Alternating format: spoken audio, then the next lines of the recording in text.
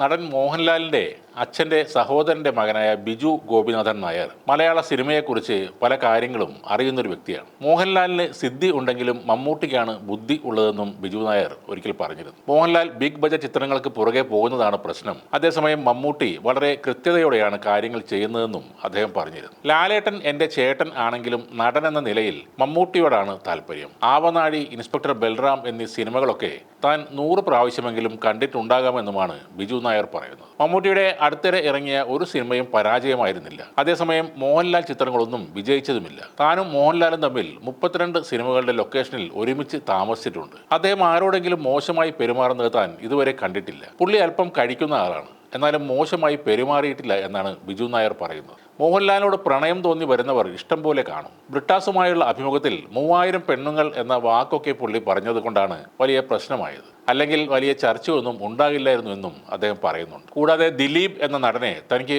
ഭയങ്കര ഇഷ്ടമാണെന്നും വളരെ നല്ല ബിസിനസ് ഐഡിയ ഒക്കെ ഉള്ളയാളാണ് ദിലീപ് എന്നും ബിജു നായർ പറയുന്നുണ്ട്. ദിലീപ് ഒരു ഉത്രാടം നക്ഷത്രക്കാരനാണ്. പുള്ളിയുടെ 7.5 വർഷത്തെ കഷ്ടകാലം ഈ വരുന്ന മാർച്ച് മാസം അവസാനിക്കുന്നതോടെ തീരും. പിന്നെ ദിലീപിനെ പിടിച്ചാൽ കിട്ടില്ല. ഈ സമയം ഒന്ന് കഴിഞ്ഞു പോയാൽ കേസിൽ ദിലീപിനെ ശിക്ഷിക്കാനൊന്നും പോകുന്നില്ല. ഇതിനോടകം ദിലീപ് കുറെ അനുഭവിച്ചതല്ലേ. മാർച്ച് 29 വരെയാണ് ആ സമയദോഷം. ഇതൊക്കെ കൊണ്ടാണ് ഈ പ്രശ്നങ്ങളൊക്കെ ദിലീപിന് വന്നത്. എന്നിരുന്നാലും ദിലീപ് ഇങ്ങനെയൊക്കെ ചെയ്യുമെന്ന് താൻ വിശ്വസിക്കുന്നില്ല. അങ്ങനെ ചെയ്യേണ്ട ഒരു ജാതകക്കാരനൊന്നുമല്ല ദിലീപ് എന്നാണ് ലാലേട്ടന്റെ അനിയൻ പറയുന്നത്. അടുത്ത വർഷം മാർച്ച് മാസം കഴിഞ്ഞാൽ ദിലീപിന്റെ സൂപ്പർ ഹിറ്റുകൾ വരും എന്ന് തന്നെയാണ് അദ്ദേഹം പറയുന്നത്. മറ്റൊരു കാര്യം ഇദ്ദേഹം പറയുന്നത്, മോഹൻലാലിന്റെ ചേട്ടൻ നല്ല അറിവുള്ള മനുഷ്യനാണ്.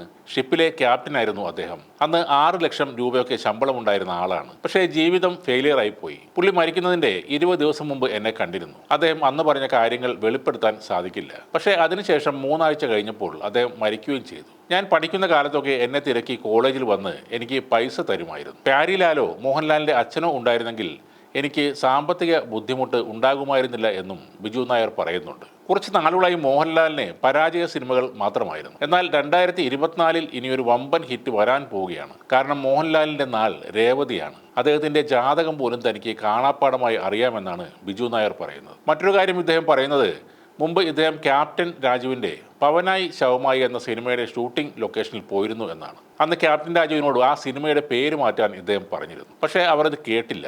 സിനിമ ഇറങ്ങും മുമ്പ് ക്യാപ്റ്റൻ രാജ് സാർ മരിക്കുകയും ആ സിനിമയുടെ നിർമ്മാതാവ് മരിക്കുകയുണ്ടായി. പേര് വെച്ച് തന്നെ ചില സിനിമകൾക്ക് പ്രശ്നങ്ങൾ ഉണ്ടാകും എന്നാണ് ഇതിലൂടെ ബിജു പറയുന്നത്. അതിന് മറ്റൊരു ഉദാഹരണവും അദ്ദേഹം കാണിക്കുന്നുണ്ട്. ഒടിയൻ എന്ന പേര് തന്നെ അർത്ഥമാക്കുന്നത് ക്ഷുദ്രം എന്നാണ്. ആ സിനിമ നടക്കുന്ന സമയത്ത് താൻ ദുബായിലായിരുന്നു, അല്ലെങ്കിൽ അതിൽ അഭിനയിക്കരുതെന്ന് ലാലേട്ടനെ കണ്ട് നേരിട്ട് പറഞ്ഞേനെ. ഒടിയന് ശേഷമാണ് ലാലു ചേട്ടന് കൂടുതലും പ്രശ്നങ്ങൾ ഉണ്ടാകാൻ തുടങ്ങിയതെന്നും ബിജു നായർ പറയുന്നുണ്ട്. ഏതായാലും ബിജു നായർ പറഞ്ഞതെല്ലാം സത്യമാകട്ടെ എന്ന് തന്നെ ആഗ്രഹിക്കാം. പക്ഷേ മോഹൻലാലിന് 2024 ഇനി ഏത് സൂപ്പർ ഹിറ്റാണ് വരാൻ പോകുന്നതെന്ന് അറിയില്ല.